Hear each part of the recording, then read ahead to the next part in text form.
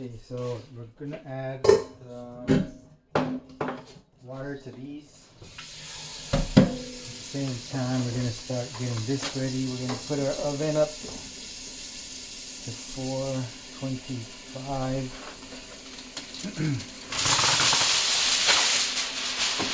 So we're gonna put this foil here just so the cleanup isn't so crazy.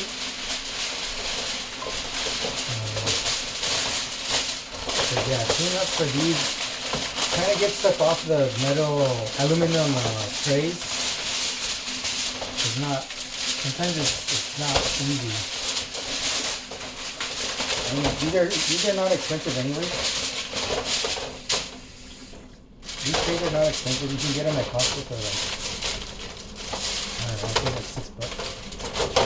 So that's not big of a deal. We are going to move this to the side, move this to the side. We're going to start up the potatoes. Oops. This way. So again, with the potatoes, we're going to let them boil. As they're boiling, we're going to put them down. And with our chicken. Put these here one by one. Again, not touching. And these have been in this seasoned rub for some time. So everything is not, I mixed them up quite a few times actually. So anyways, this is how they're gonna be. And I'm gonna see if I can just kind of get whatever I can get. That's it. I'm gonna spread these out a bit. And these ones they're gonna be barbecue. I didn't put the barbecue in there purposely, but this is the barbecue we're gonna use, and I'm not putting a lot. I just want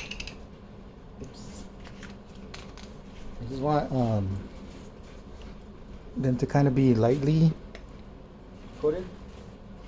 So for these ones, I know that they're just gonna drip off. The barbecue's just gonna drip off, so that's fine. But when I flip them, that's where I want kind of the flavor to be at the bottom.